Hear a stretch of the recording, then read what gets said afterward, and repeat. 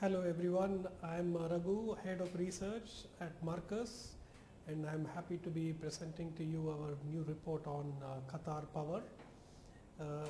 As you might know, Qatar is one of the fastest growing economies in the GCC region thanks to the natural gas projects that have been coming on stream for the last few years. In keeping with the economic growth, the power sector has also been adding capacities and growing to meet the increased demand. And on an average it has been growing at a compounded annual growth rate of about 9.2%, which is considered to be a bit aggressive when you benchmark it with other GCC countries in terms of the power growth. And it is also the country with one of the highest per capita consumption, primarily because of the low population, but also because of the subsidies that are inherent in power consumption, both to the nationals as well as to the expats. In terms of the size, the installed capacity in Qatar increased from a modest 5,300 megawatts in 2009 to about 10,500 megawatts in 2011. But more interestingly, it is expected to reach about 14,000 in 2015 and about 20,000 in about 2020, which seems to keep up with the pace of growth that Qatar has been experiencing. And the highlight of the Qatar power industry is the reserve margin.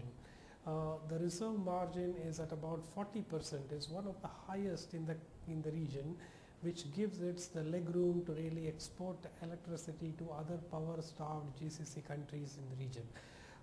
There has been our analysis show that the power sector in Qatar is sufficiently equipped to handle the demand up to 2017, and thereafter it will start again building onto the capacity.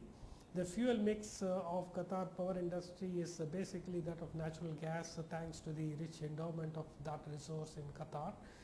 Many of the GCC countries, as you might know, suffer from a fuel mix problem in favor of oil, and therefore depleting the ability to export that oil and earn foreign revenues.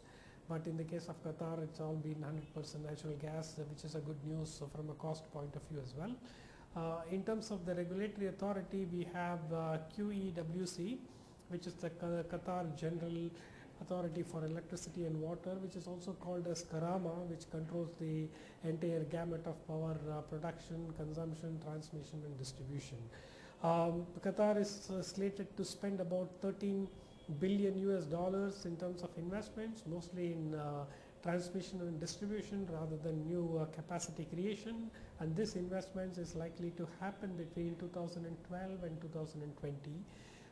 The FIFA World Cup in 2022 is a significant event for Qatar, and therefore they need to keep their infrastructure in full gear to meet this international event, and this applies to the power sector as well.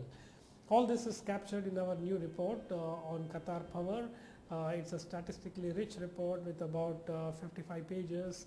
We have 12 tables and 22 charts, and we are very happy to have come up with this report. We would like you to take a look at it and give your valuable feedback, based on which we'll be very happy to make mid-course corrections and incorporate your feedback. Please do visit our website www.emarmor.com to get to know about this report on Qatar Power. Thank you very much for listening to this video cast. Look forward to coming back to you on another topic very quickly. Thank you.